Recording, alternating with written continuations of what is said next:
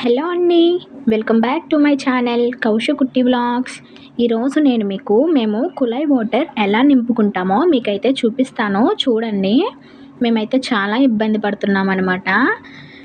ఇక్కడ ముందైతే water tap ఉండేది, కానీ దాన్ని గవర్నమెంట్ వాళ్ళు ఏం చేశారంటే కొత్తగా పైప్ లైన్స్ వేస్తారని చెప్పి పాత వాటర్ ట్యాప్స్ అయితే తవ్వేశారు.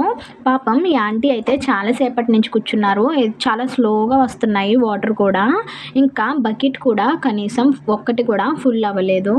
ఇక్కడ మేము 4-5 ఫ్యామిలీస్ అయితే వాటర్ పట్టుకునే వాళ్ళమండి. అప్పుడు చాలా ఫాస్ట్గా అయితే వచ్చేవి, కానీ ఇప్పుడు మేము వాటర్ అయితే కొనుక్కుంటున్నాము.